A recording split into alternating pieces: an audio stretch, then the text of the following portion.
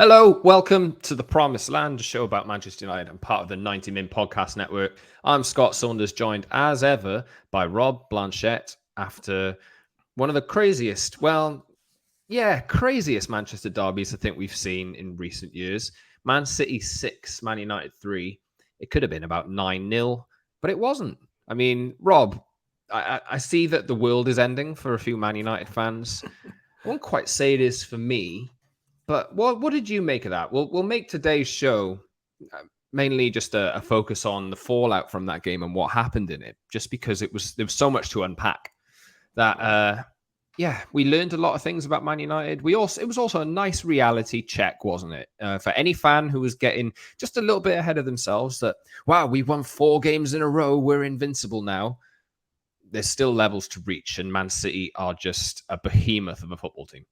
Well, it's like an episode of EastEnders, wasn't it? Pure soap opera, that Don't game. watch EastEnders. But everything. Yeah, okay. Neither do I, for that exact reason. But we're forced to watch Manchester United, who are a bit like EastEnders sometimes, in the sense that you hear that do after every bit of drama, and you think, what are you doing, Man United? So I'm with you. I don't think it's the end of the world. I think it was an awful performance. I think there are parts that we saw that we knew beforehand that a team like Manchester City could exploit. And we'll kind of unpack a few of those today. But I also think, you've just got to take your medicine. I said that after the game. This is the kind of match when you come up against De Bruyne, you come up against Haaland, you come up against Foden. They are levels above what you are. Even on your best day, they are still better than you. It just so happens that Man United didn't turn up, and it was all really a little boy lost act from a lot of the players. Yeah, I'm seeing supporters saying, "Oh, why did he go with Eriksen, McTominay, and Bruno?" Yet, probably I would wager that these are the same fans that were saying, "Why is he playing McFred in a Manchester derby when talking about Ollie?" And now they want it to revert back. Yeah, but you can't have it both ways. I've been saying this in conversations I've had since the game, that if you've got a manager like Erik ten Hag who's going to have an identity and a style and play a certain way, knows the way that his midfield wants to be made up. Mm-hmm. I don't think they have all of the right exact pieces in that midfield at the moment. I've said that in the last few weeks. And they did get exploited. It was the midfield. It was the attack were really wasteful as well. Jadon Sancho had a poor game, to be honest. Bruno Fernandes had a poor game. Christian Eriksen did too. Scott McTominay is getting criticised. Why isn't Casemiro playing? We'll dig into all that throughout the show. But you can subscribe on Apple, Google, Spotify, etc., and watch us twice a week on Tuesdays and Fridays on the YouTube channel as well. The Promised Land, a Manchester United podcast, is what you should search for. Hit the like button on this video, subscribe, join the community, leave a comment as well, and follow us on Twitter @_Scott Saunders, @_Rob_B, and Promised Land MU for the show. Rob, where do you want to start with this? Because there's, like I say, there's a lot to unpack. But maybe we should start with the fact that, like what we were touching on just a minute ago, this is a Manchester City under the greatest, right, it's arguable, but probably the greatest coach of this generation, one of the best coaches ever, who has had seemingly unlimited funds to build his team in a certain way. He's had 6.5 years to build the style that he wants with the choice of players. Every player in the world, probably, if they're looking for a team that wins, will choose to join Manchester City. This is a team at the peak of their powers versus Erik ten Hag, who's had 7 games as Man United manager. Mm-hmm. And he's trying to imprint his style on a squad of players who, up until the end of last season, and even up until the Brentford game, their confidence was on the floor, and it still is. And you can't expect that they will be going punch for punch with Man City and coming out on top after this long. There's still a long way to go. So that's how I think about it. What do you think? I think as a fan, first and foremost, there's a little bit of a kind of hands-off approach to a lot of this, because as much as you want United to win, and as much as we've felt better in recent weeks, you'd have to be some kind of crazy to think that this Man United team is at all anywhere close to this Manchester City team, just as it stands. Like you just said there, 6 years of Pep Guardiola building with unlimited funds against 6 minutes of Erik ten Hag. So I think that was evident in the way the game panned out. Now, I think rather than kind of taking it incident by incident, because you could start in the second minute with Delo getting too tight to Grealish, getting the yellow card, and United then just going on some kind of, brain disintegration in terms of what they were supposed to do on the day. I don't think there's any point in that. I think you kind of look at the pointers of the game. I still think we can expect that this Man United team at least brings it in terms of its attitude and how it wants to play. So if you go out there and get beaten in an honest manner, fantastic. It happens. You pat people on the back, you say, right, we'll go again the next week. But there seems to be quite a lot of hiding on the football pitch, I think, with some of the players, especially the major ones. That is a worry. And I think for Erik ten Hag, he will be looking at that and analysing that quite deeply. Because this is all about the next year, isn't it, Scott? It's about who is going to get in the trenches with Erik. Who's going to be there with Erik the Red fighting for it towards the end of the season. And I still think that that's out. That jury is out because it's difficult to know with this lot. They are a weird, dysfunctional bunch and have been for a long time. They were Ole Gunnar Solskjaer's players, a lot of them. And still, here we are 6 months, 12 months on. And you don't quite know where their commitment level lies. Like, they're good against some teams and other teams, they just look scared. So a lot to kind of think about. And I think for Erik, it was good for him to see this game in the flesh, to stand there on the touchline and go, right, this is the standard. Manchester City are the standard, not just in the Premier League, but in the world. And if we want to get anywhere close to that, he can go and knock on the board's door now and say, right, this is the kind of investment we need to make this team better. Yeah, it was a harsh reality check, but I mean, I'm not going to come out and defend United, but I think there are a number of factors which played a part in this. Obviously, we mentioned the confidence levels. I think the fact they haven't had a game for 4 weeks has probably not helped either. That's 2 extra games that they've missed out on where they're practicing the way that Erik ten Hag wants to play.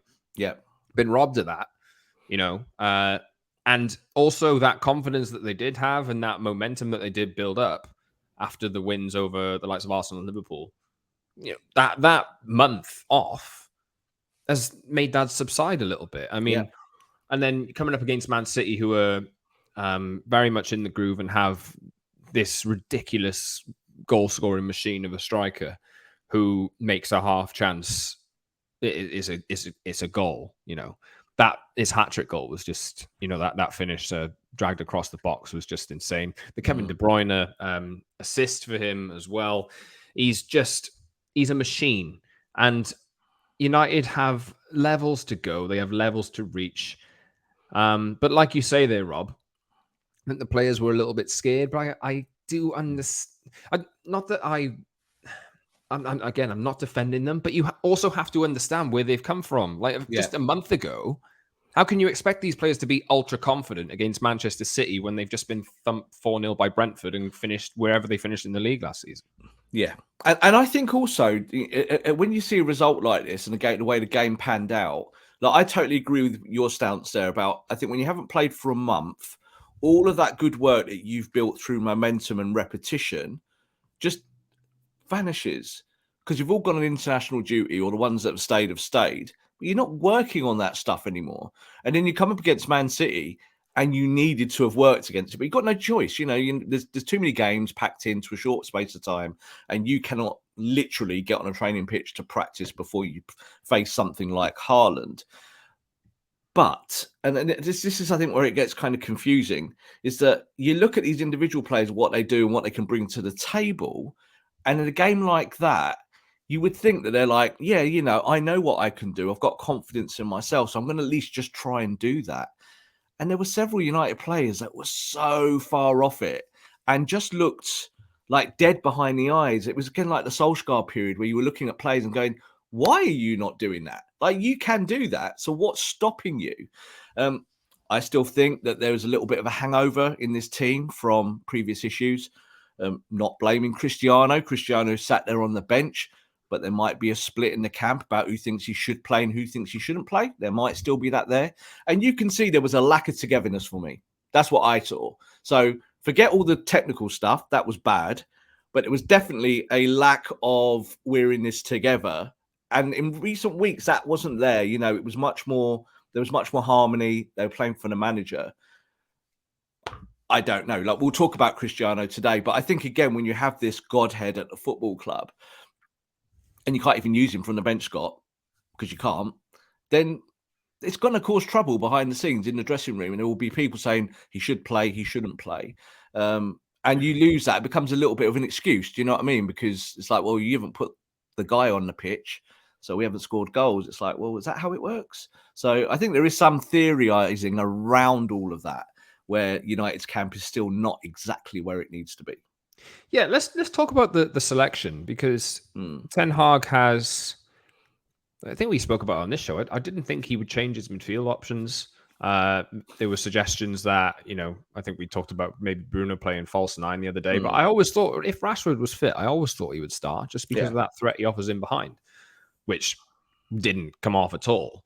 But I looked at the team and I'm thinking Scott McTominay versus Casemiro mainly as an example, and whether Casemiro should have played with McTominay. I've seen people suggest that. I've also seen suggestions that Casemiro should have started ahead of McTominay. But then I throw back to the cultural thing of not rewarding players based on reputation. And I understand why he picked Scott McTominay. Like, I do. And I see that people are saying, no, he should have played McTominay and Casemiro. But that is not what Ten Hag is trying to do. You need to play like Christian Eriksen midfield to connect the midfield to the attack. And Casemiro and McTominay are not those type of players. You can't really, without changing your style completely, you can't play both of them. And if he did do that, he's playing what Ollie was criticised for the entire time against Man City and in big games, of playing two, defensive-minded midfield players to try and stop the other team rather than being on the front foot. So, yeah, obviously it didn't work, but I understand why he made that choice that he made. And maybe circumstances change now because it didn't go well. But Casemiro hasn't been brilliant coming off the bench either. We spoke about that on the podcast over the last few weeks. So were you surprised by the team selection that he made? Not at all. That's exactly the team we all predicted that he would probably play, because we've said he's a bit of a conservative coach. He tweaks rather than makes big, elaborate changes. And, I think, again, United fans will always have their opinion about who should play, who shouldn't play, who should be the goalkeeper, who should play in this position, who should do that. But ultimately, and this is what Antonio Conte said in his presser just a couple of days ago, he was like, fans are fans, and fans have their opinions. I'm the coach. I'm the one on the training pitch with these guys. I make my decisions based on that. I don't make it on populism. So the Casemiro question, I think, is an obvious one to ask, and what for United fans to ask. You spent a lot of money on this guy, and you're thinking big game, big name player.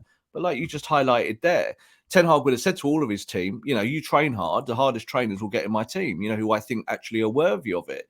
It'd be very difficult, wouldn't it, to switch the system, bring Casemiro in, maybe even bring Ronaldo back when these guys haven't been playing and you've not been together for 4 weeks. Effectively, you've not played a game together.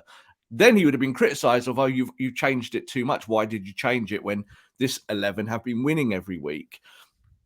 There's obvious deficiencies as in a partnership between Scott McTominay and Christian Eriksen. Christian Eriksen, who's not even really a central midfielder.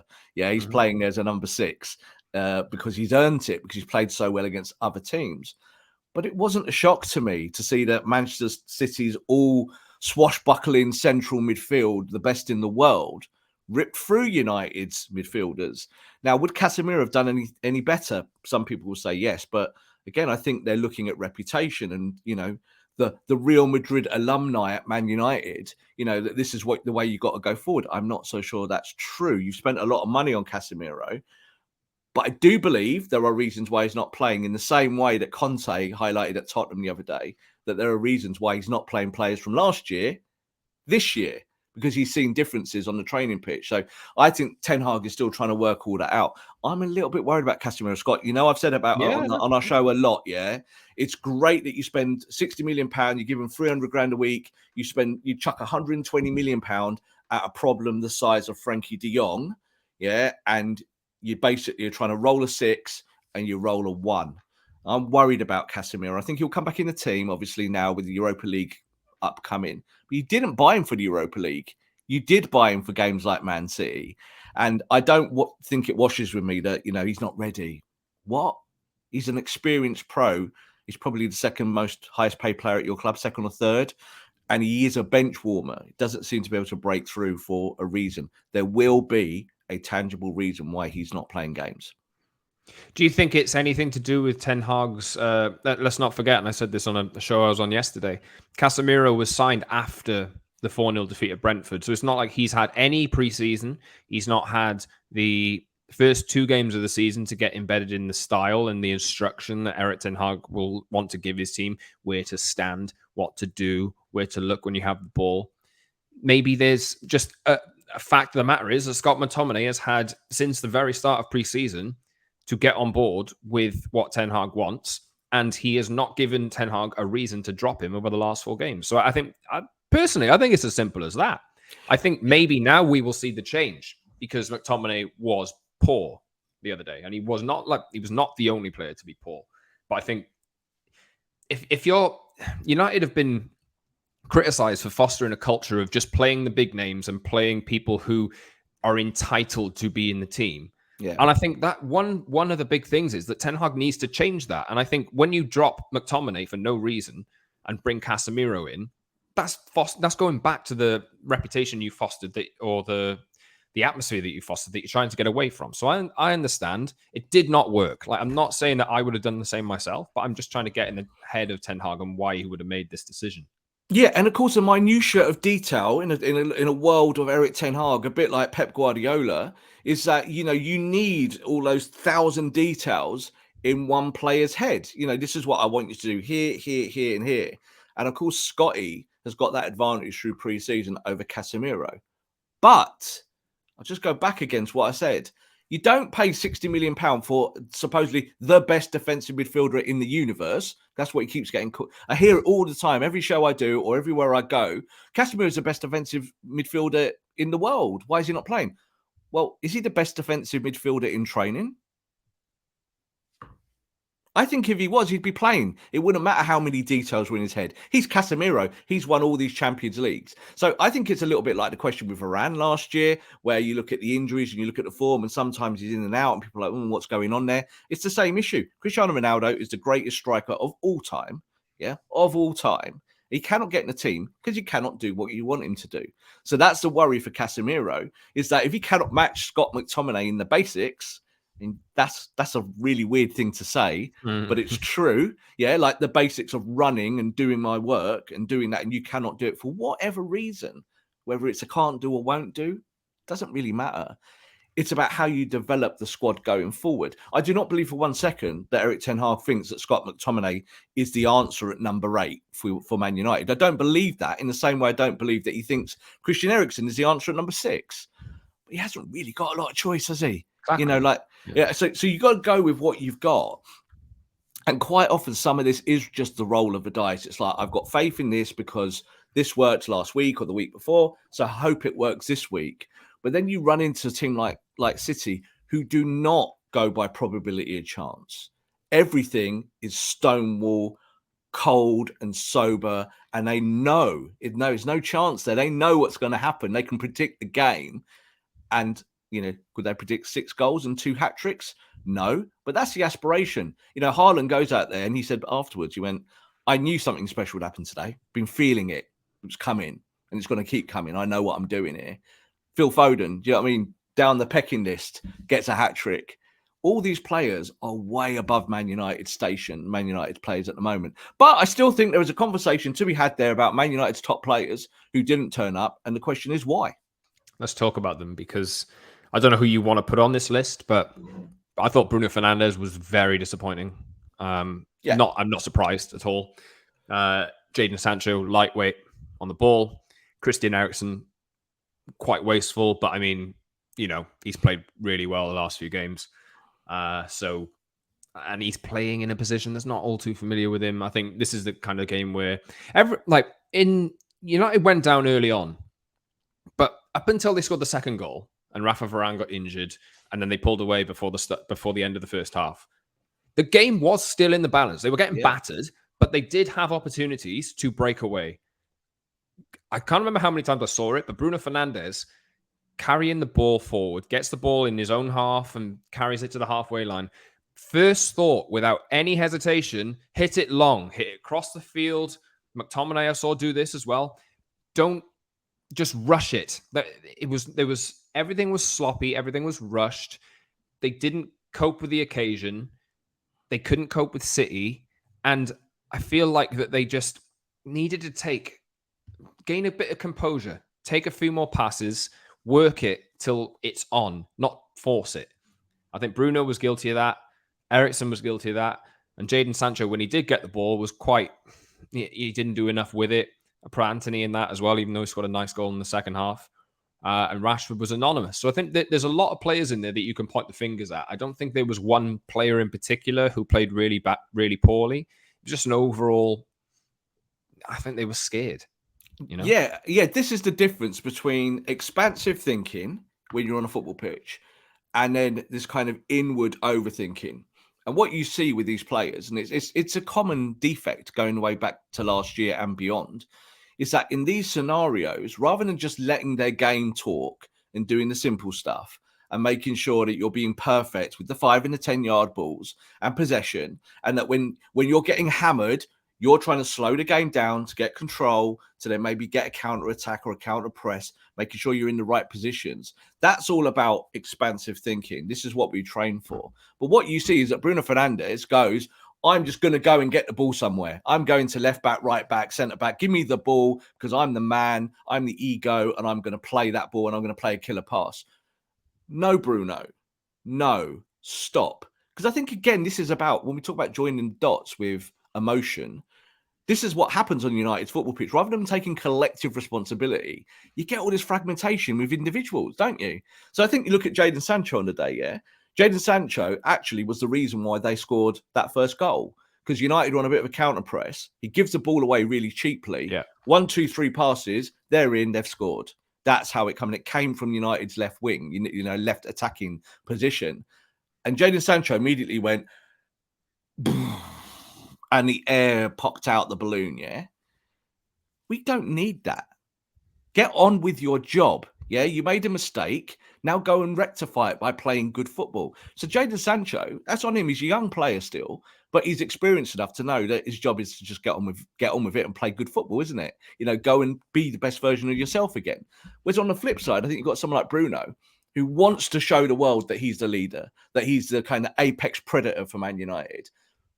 No, Bruno, just be part of the midfield in the attack. Make it work. Help others, make others better. And I don't think he does that. And then I think that affects Marcus at the top end, because Marcus isn't a kind of emotional leader. Do you get what I mean? So all these things, it's like it bounces around with Man United. And this is where Erik ten Hag will have to solve it. This is the issue of when you've played Ronaldo in the past. Everyone's like, we got Ronaldo up top. You must win games. Well, no, you don't press. Against Man City, Man United didn't press. That's not Ronaldo's fault. So there's a problem within the team function of actually thinking about the game, of what they're supposed to do. And I just think Man City thought after 5-10 minutes, or especially when they got the second goal, they were just like, well, this is done. We're just going to enjoy ourselves now. This lot have not come to play against us today. So we're just going to pass the ball around and have a laugh and have a joke, and we'll score loads of goals because it's that easy. But like you said, up until the second goal, United were very much in the game. I felt all right at that point at 1-0. I thought, no, do you know what? Bad goal to give away. But if these guys do what they can do, then United have got every chance of getting a point. We looked at the conversion rates after the game. Man City had a conversion rate 27%. Man City had a conversion rate 27%. United 25%. So it was a draw on conversion rate. Now, if you'd just done your job, you might have got a point out of this game. But you didn't do your jobs. All the way back from, I think when you look at, the narrative was about Martinez and Haaland, wasn't it? Yeah, before the game wasn't about Martinez and Haaland. No, not at all. The game I've seen him get mocked still for the his... game was about everything in front of Martinez. Everything. Midfield, attack. Well, forward, let's talk about that, because I think there was the goal that Haaland scored at the tapping at the back post, where Kevin De Bruyne bends it between Martinez and Varane. Who just got injured, I believe. Yeah, he had. Yeah. So he was carrying an injury. Great goal. Brilliant goal. Yeah. I've seen criticism of Varane being in a poor position, De Gea not claiming the cross. But where does that come from? It's not. I don't think it's their fault. It's the fact that the midfield didn't stop Kevin De Bruyne getting into the position to put the cross in, I think. Yeah, look, a game like this, because it's so bad and so horrendous, it's really easy for people to lean into their own narratives about players they do and don't like, rather than just maybe calling it as you see it factually. You know, it's easy to kind of look at, say, De Gea in that moment and say, well, surely he should have come out to his post there, you know, gone to that side, maybe, you know, squeezed down on Haaland. You've got to remember that when the ball leaves De Bruyne's foot, it's all of about 0.3 of a second. Like, it's nothing. You haven't got time to react. When you see the play actually open up and you see De Bruyne strolling his way towards the box, all David De Gea was thinking, it's going in the top corners here, and I have to cover that. He's not thinking about Haaland. The people who should be looking at Haaland there was Varane, who was doing his job. But then Delot, who absolutely wasn't doing his job. Again, on the jog, coming back, just kind of, do you know I've said before about players pretending to do their job? Look, I'm in my position, and they've scored. I was here. No, you didn't affect play, did you? So I think that was Delot's fault, because Delot needed to get tighter to Haaland and impede his run at the very least. Yeah, but what happened? De Bruyne looked up. He went, I'll just curl that into that space. That's easy. I can do that in my sleep. Varane had been injured. There was no way he was going to be able to stop that ball. And then I think with De Gea, you're damned if you do, you're damned if you don't. You come out for that. You come out for that. And then you come out for it, you come forward, and then De Bruyne beats you from 25 yards because you see you step out. And then people are like, well, that's your fault, David De Gea. So I think this is the whole thing. The blame game and individual goals doesn't really matter to me. I'm looking at kind of the wider team. So someone like Delot, who's had praise the last few weeks, we've praised him and said, you know, he's come along a long way. I do not go along the assertion that he's the best right back in the league. No way. And you saw that. Jack Grealish just had a field day against him, danced around him, ran at him, got booked after 2 minutes. And I think I look at that and I think that's difficult. When Varane is injured, the fullback's got to go, right, I've got to tuck in and help here because he's injured. What did Delot do? No, I'm just going to play my normal game. You play a normal game, mate, you get beaten by 6. You can blame everyone for something in this. I think the fact of the matter is you are playing against a team who will every little thing, every little mistake, every poor element of your positioning in every player, every ball you don't go for, every foul you don't make in midfield, like Christian Eriksen did or didn't do for one of the goals. Yeah. Everything. Man City are that good that they will exploit every little weakness in your team and embarrass you. And it's important to look at it through the lens of, like, and this is my feeling from it. I'm not that down about it. I've got to be honest. Like, I think this is a game where you just accept. I don't know whether this will be easy for the players to do or not.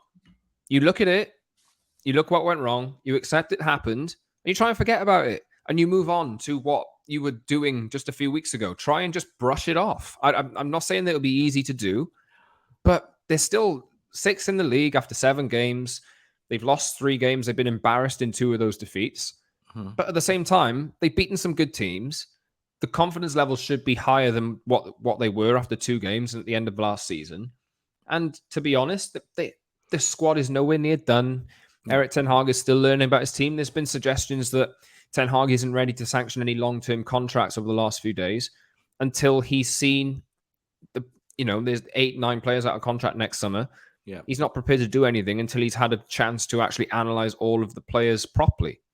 Yeah, over the next 6 weeks or whatever before the World Cup, because they'll have to make some decisions then.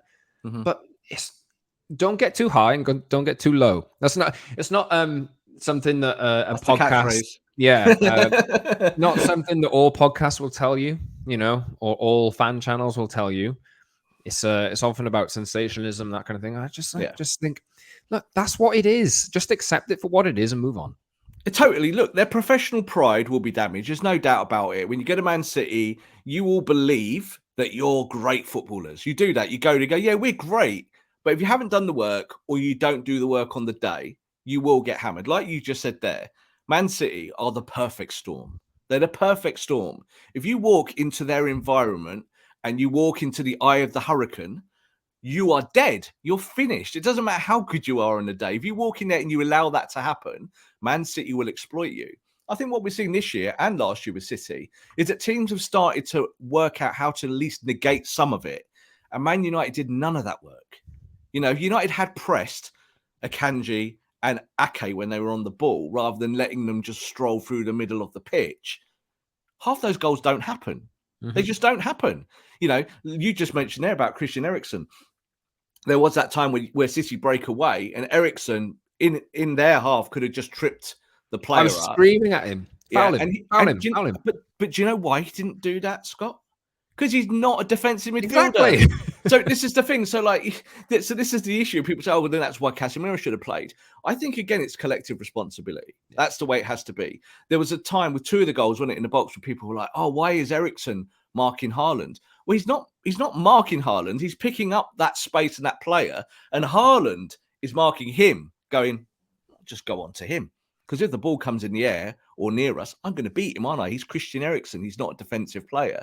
So that's more about, I think, Man City's street smarts than Man United being just bad, And I think United themselves do lack those street smarts as a football team, and they'll have to develop that under this manager. But overall, I think Ten Hag, like you just said about the contracts, and we talked about this a few weeks ago. David De Gea won't get a new contract, no chance. David De Gea is finished. He's gone from Man United. That is not going to happen. But Marcus Rashford probably will. And Marcus is the player of the month. Now, he didn't play well against City, but he's a Premier League player of the month, the reigning one. And he's earned his kind of stripes. And it was no surprise that he started. But let's flip this to positives for a little bit. Anthony Martial came on and looked hungry, looked fit. And Anthony Martial is going to be the number 9 this year. Yeah, that's the way it is going to be. Anthony Martial being the 9 will help Bruno. It will help Sancho. It's better chemistry there. And it will help Anthony. Second positive is that Anthony in the second half, I thought was actually quite good, not just for his goal. When you look at the pressures in the team, again, statistically driven, he had more drives at the opponent in terms of pressing and pushing into their defence than any other Man United player. It was him and Bruno. For lack of a better word, he looked pissed off. Yeah, and it looked like he was trying to rectify it. Did you see when Casemiro came on, right? So 2 Brazilians. Casemiro comes on and he goes up to Casemiro and he's like... And like Casemiro's like, yeah. And you can see they were like, right, we got to do something here. And there was 5 minutes where they both just played like madmen. And then after 5 minutes, where City were just popping the ball around, they were a bit like, we are 100-0 down here, so maybe we should just play within ourselves a little bit more. But you could see, they were not happy. And that's good. I don't want United players to be happy when you're getting hammered. So I think someone like Anthony is a massive positive out of that. Because I think, again, he knows what Ten Hag wants and he'll deliver it. Now, I'm not saying Jadon Sancho doesn't know. Jadon should know. But Jadon's got to be a better footballer in the Premier League. He just has, hasn't he? He's just got to be a kind of at that level of a 70 or 80 million pound wide forward. And I think against Man City, there was just a little bit of maybe previous there. He's a former Man City player. Absolutely. He would have walked into that stadium on the day and he would have remembered as a kid not getting a chance for Pep Guardiola to say, yeah, you want to go to Dortmund? I don't need you, because that's the truth. That's what happened. So all of those things are real. Do you know what I mean? In the player's head. And that's what I'm saying about overthinking sometimes, being, you've got to put all that aside. So lots of narratives there, lots of reasons why Man United was so bad, lots of individual parts. But I just think now that the leaders of the team have to lead better. That's the way it has to be.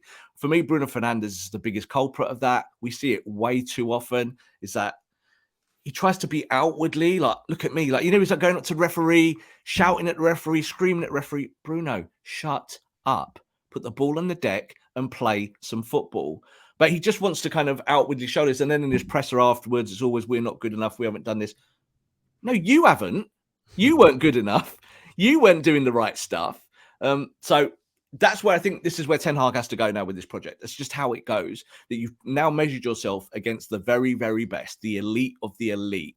And it showed that you're nowhere near it. So back to the drawing board. Go and do the stuff that you were doing well a few games ago. That's literally all it comes down to. Do some pressing, do some passing, get the ball in the final third, be economical. That is it. That's the game in a nutshell. If you do that, you'll beat more teams than you lose to. You mentioned leaders and that kind of thing, and Ten Hag. Been criticised for not bringing on Cristiano Ronaldo. A disrespect to one of the greatest players of all time. I think Roy Keane said. Ten Hag said, I didn't bring him on out of respect for his career. Yeah. Ten Hag's been criticized for a few things since. The Ronaldo thing is always going to be there as long as he's at the club, whether he uses him or not. If he's using him and he's not delivering goal after goal and winning United games, he will get criticized because he doesn't provide the other side of the game. If he's left on the bench like this, it'll be, Erik, why didn't you bring him on? It's a spit in the face to a player as good as Cristiano Ronaldo is. I understand why you didn't bring him on. Do you? Like they were 4-0 down, 4-1 down, 5-1 down, or whatever it was. Why would you bring him on for 20 minutes when the game is gone? It was gone. You know, unless you want to give him some minutes in his legs. We just played 2 games for Portugal. You got to protect him. You got to rest him. And at the end of the day, Ronaldo wants to go. So why? I don't understand the fallout. I think the thing is, like, this is the problem, isn't it? It's why I called it EastEnders at the top of the show, because it's all like soap opera narratives. You know, United's issue on the day was that he didn't press the space in front of them well enough. They didn't connect well in terms of passing the ball, and there was a lack of aggression. You know, in that kind of a bit more passive than you can get away with against Man City. Does Ronaldo solve any of those things? No, Ronaldo's not going to suddenly come on and be a Cavani. You know, if you had Cavani on the bench, you'd go, 20 minutes, half an hour of Cavani will help your team at the top end of the pitch because he can at least go running and chasing. Cristiano is the opposite, isn't he? As soon as he's got a mood on, hands on hips, looking to the sky, he was doing it on the bench as well. Do you know what I mean? It's like, and he knows the world is watching him. He doesn't have to do it, but he knows. So I think, again, this is why, again, top of the show, I talked about a split in the camp, is that there will still be players there who think that Ronaldo should be getting minutes, and there'll be other guys there going, no, Ronaldo doesn't deserve the minutes. Now, I'm in the latter camp, not because I don't like Cristiano, so I just don't think physically, at his age now, he can give you exactly what you need. Will he be remembered in years to come as a better striker than Marcus Rashford and Anthony Martial? Absolutely, of course. He is the GOAT. He's always going to be remembered as the GOAT. But he cannot help you now, Scott. He cannot help you in these scenarios. He will play Europa League games at the very best and maybe the odd Premier League outing. And he is not first choice for a reason. You don't bring him on in that scenario when you need Casemiro to get minutes. You need Fred to get minutes. There's other players on the bench that need minutes who you're going to rotate in the starting 11. I don't believe Cristiano will be one of them. He wants to go. He needs to go. Manchester United need to get that big wage, £500,000 a week, off the wage bill in January as quick as possible. There is time now. There's six-ish weeks. There's a packed schedule of Premier League games, Europa League matches. Might be a League Cup game thrown in there, I think, where Cristiano Ronaldo will get his chances. But at the end of the day, Ten Hag has got to do what's best for the team, and playing a 37-year-old who's not going to carry out the instructions that he wants, it's not in his best interest if he's to take Man United forward. We have probably 6-7 more weeks of Ronaldo playing for United, I would imagine, because I would think if Ronaldo is sitting on the bench and making all this noise, whether that's behind the scenes or whether that's publicly, George Mendes behind the scenes is going to be trying to find a way out of Old Trafford for him. And I'd imagine at some point in January it'll happen. Ronaldo will be at the World Cup, and the Premier League schedule resumes just after Christmas, I think. But will we see him then? I'm not sure. Maybe something will be lined up so he can get to wherever he wants to go next in January at some point. So, just generally, I don't expect to see Ronaldo coming in. Roy Keane can keep criticizing Erik ten Hag for not playing him all he wants. But it's a weird narrative, isn't it? Because it's like it's not based on football. If you were just looking at football metrics, football styles, function, if you were just looking at squad development, you're not going to play the guy who's going to walk out the door, are you? So there'll be loads of United fans who'll be like, well, he'll do better than Rashford. He'll do better than Martial. Well, better at what? Scoring goals? Yeah, he's a better goal scorer. But you got to get the ball to him to score goals. You can't get exactly like that was what I saw that actually on Twitter, and people were talking before the game. They were like, "Oh, we looked at the Man City defense and thought, oh, we got a chance here." I think Gary Neville foolishly did a little bit of a kind of thing with Micah Richards and went, "Oh, I've seen the defense today. Oh, we're going to do this lot."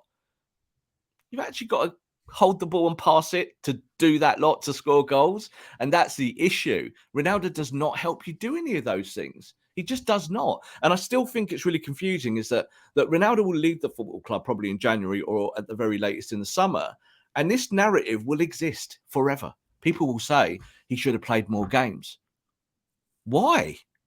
Every time we've seen him in the flesh, he doesn't do that work. And that's not really to blame him, is it? But do you know what? The guy who is to blame and has to carry it is Erik Ten Hag. And Ten Hag is looking at that and he's thinking, no, I need to give Martial minutes.